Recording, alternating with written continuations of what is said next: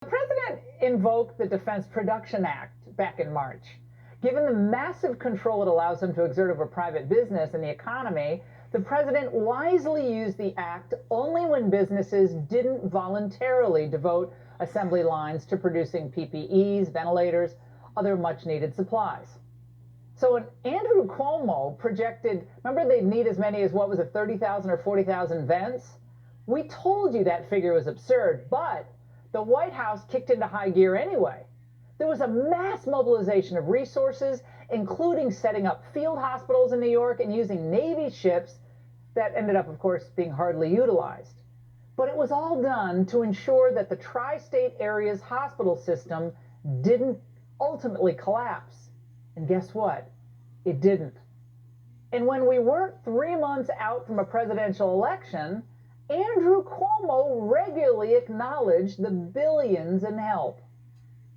The president brought in the Army Corps of Engineers. They built 2,500 beds at Javits. These were just extraordinary efforts and acts of mobilization.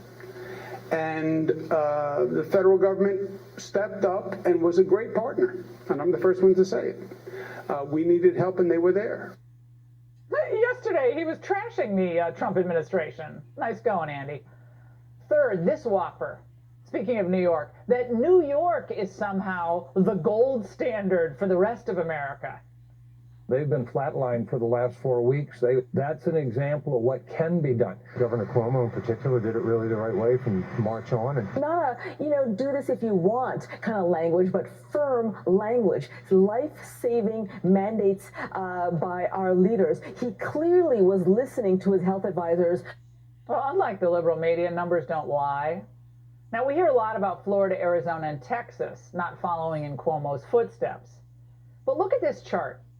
The death rate per 100,000 in New York is over 3 times the death rate in Arizona, nearly 5 times the death rate in Florida, and over 6 times the death rate in Texas. No wonder New York's top health official resigned today. Now, when the media harps on our COVID death numbers, national numbers, they fail to mention the states with the highest numbers. New York had a very tough time, as you know, New York, New Jersey, that area. But when you take that out, our numbers are among the lowest. Now, the president loves New York, but the notion that these states should be taking advice from Governor Cuomo, or anyone, frankly, who presided over the disaster in the Empire State, is just absurd. Fourth lie. The left falsely blames Trump for the economy tanking last quarter. The handling of the coronavirus pandemic is not good for the president. That is bad news for the economy. It's just decimated our economy. With our economy's worst drop ever. Ever. Okay? 32.9%. The last claim you heard about U.S. GDP shrinking 32.9% in the second quarter of this year is insanely misleading. Now, while it's technically true, the figure represents an annualized number. In other words, it was the amount of the decline that would take place over a year if trends from the second quarter continued. Now, that would only happen if we followed Biden's recommendation to shut down the economy and keep kids out of school, thus parents out of work. On a non-annualized basis, the decline from Q1 to Q2 2020 was only 9.5%. Now, that's still a staggering loss, don't get me wrong, but one that we can actually quickly recover from if Trump is able to continue with his pro-freedom agenda. Now, of course, once you dig into the numbers, it's easy to see which states are holding back a full-fledged recovery. The blue ones. Nevada and Hawaii have an excuse because of the problems resulting from tourism. But why are all these other states on this list still doing so poorly? Because they failed to take President Trump's advice. And rather than trusting their people, they imposed drastic lockdown measures that had catastrophic economic consequences while doing very little to stop the virus. It's also worth remembering where this virus came from: China. Why aren't Democrats clamoring to hold them accountable for unleashing this plague on the world after, of course, they initially tried to cover it up? For that matter, why are Democrats pushing for more funding to the WHO, which aided and abetted China's lies? Fifth lie. Despite the dismal performance of lockdown-loving blue states, Democrats still complain that we didn't follow Europe's lead in handling COVID. We did not wait to crush the curve. In Europe, they did the exact opposite. Comparing to Europe, we have to get our virus under control like they did before you can start reopening schools. This chart compares the number of new daily coronavirus cases in the United States with those in Europe. It shows just how much worse the outbreak has been in the United States.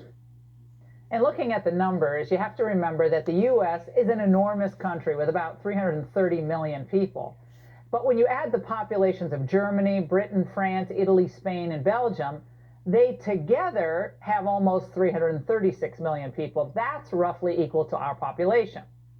So first off, on testing, we've performed better than those 6 European Western countries. They've done 42.8 million tests for COVID-19. We've done 59.9 million. Since we've performed so many more tests, we can't really do an apples-to-apples comparison on confirmed COVID case numbers. But of course, we can look at deaths. We have suffered. We've suffered 158,000 deaths. It's a horrific tragedy. But the 6 European countries combined have suffered roughly 159,000 deaths, an equal and horrific tragedy. Likewise, our death rates are lower than many of our European counterparts. Belgium, the UK, Spain, Italy have seen way worse death rates than we have. France is only doing slightly better than we are in terms of deaths as well. Now, what we also have to recognize is that the U.S., of course, as I said, a massive country. If you break it down by state, it's clear that Democrat states are the reason that the death rates are so high. Just happens to have worked out that way, right? We can also say that our economy has done significantly better than Europe's. Remember that the U.S. economy fell by 9.5% on a quarterly basis. The Eurozone, that is, the economies of all the nations that use the euro, fell by 12.1%. Even Germany suffered a decline of 10.1%. But aren't the Europeans going to do better than us going forward? Well, that's not what investors think. Let's look at how the key stock indices have done since the beginning of the year. In other words, investors are not betting that Western European companies are more valuable than their American counterparts. If anything, their bets are all the other way. So, we performed 17 million more tests than our counterparts in Western Europe. We have roughly the same number of deaths. Our economy, though, is much stronger, and investors have more confidence in our outlook going forward. But while these figures clearly show that the U.S. is doing very well by comparison to our allies in Europe, they don't give President Trump enough credit, because the U.S. figures are distorted by the poor performance of many of the blue state governors. Here are the facts. The U.S. as a whole has suffered 48 deaths per 100,000 from COVID-19. But 7 states have suffered deaths at a rate higher than even Spain did. Here you see the catastrophic results of poor local governance, especially in and around New York City. In fact, New York's death rate was 2.5 times worse than Spain's.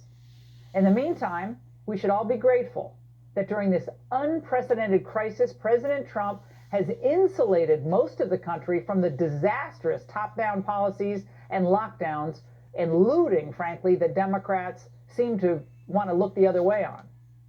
Thank goodness. And that's the angle. In part 2, tomorrow night, we're going to journey through the crisis as it could have unfolded under the leadership of Joe Biden.